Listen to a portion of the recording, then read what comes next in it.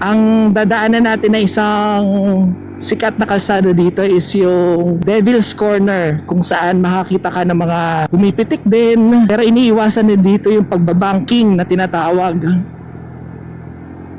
Kasi delikado yun. Marami kasing nagkakos ng accident, hindi lang sa isang motor, pati na dun sa mga nadadamay. Ang daming truck ngayon. Kaya mas maganda dito lang tayo sa gilid.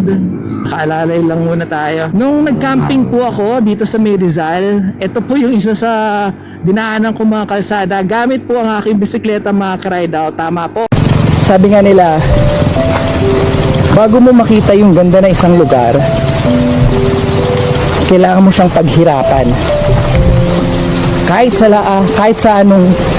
sa aspeto ng buhay, kailangan mong paghirapan ang isang bagay.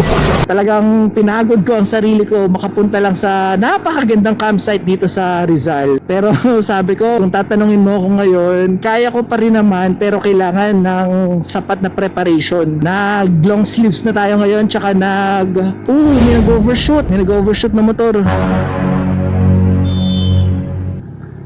Okay na ako dito sa gilid.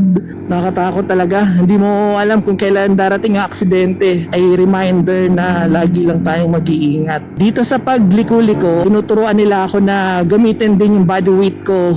Go with the flow with your motor. Kapag kakakanan, medyo mag-sway ka sa kanan or even sa kaliwa para makuha mo yung balanse ng motor mo. Kasi nung una stiff talaga ako, kaya parang nakakaramdam ako ng out of balance. Ito na yung Devil's Corner. Mazigzag na kalsada. Oh, grabe naman tong sasakyan na to.